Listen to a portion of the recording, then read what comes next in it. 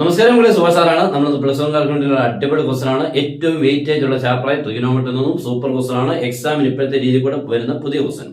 ഇതേപോലുള്ള ക്വസ്റ്റൻസുകളും ക്ലാസ്സുകളെല്ലാം നമ്മളെ ജോയിൻ ചെയ്താൽ നമുക്ക് കിട്ടും. റിവിഷൻ ക്ലാസ് ഉണ്ട്. നിങ്ങൾക്ക് വേണ്ട ഏറ്റവും എളുപ്പത്തിൽ മാർക്ക് സ്കോർ ചെയ്യേണ്ട method, short tricks, short cuts എല്ലാം കിട്ടും.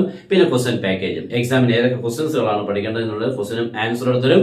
ജോയിൻ ചെയ്യാൻ തന്നുള്ള നമ്പർ നിങ്ങൾക്ക് കോൺടാക്ട് ചെയ്യാം. സ്റ്റാർട്ട് ചെയ്യാം.